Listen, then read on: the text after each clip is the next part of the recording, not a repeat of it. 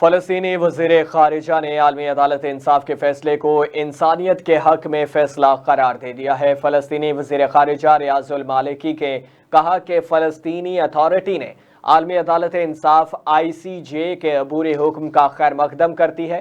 ICJ کے ججوں نے حقائق اور قانون کا جائزہ لیا۔ فلسطینی وزیر خارجہ نے کہا کہ ICJ نے قانون کے مطابق انسانی اور بین الاقوامی قوانین کے حقوق میں فیصلہ دیا اور تمام ملکوں بشمول قابض طاقت اسرائیل سے کہا کہ وہ انٹرنیشنل کورٹ کی جانب سے دیے گئے عبوری اقدامات کے نفاذ کو یقینی بنائیں۔ ریاض المالکی نے کہا کہ یہ ایک پابندی پر مبنی قانون سازی ذمہ داری ہے۔ اب ریاستوں پر واضح قانونی ذمہ داری ہے کہ وہ اسرائیل کی جانب سے غزہ میں فلسطینیوں کی نسل کشی پر مبنی جنگ کو روکیں تاکہ یہ یقینی بنایا جا سکے کہ وہ اس میں شریک نہیں ہیں۔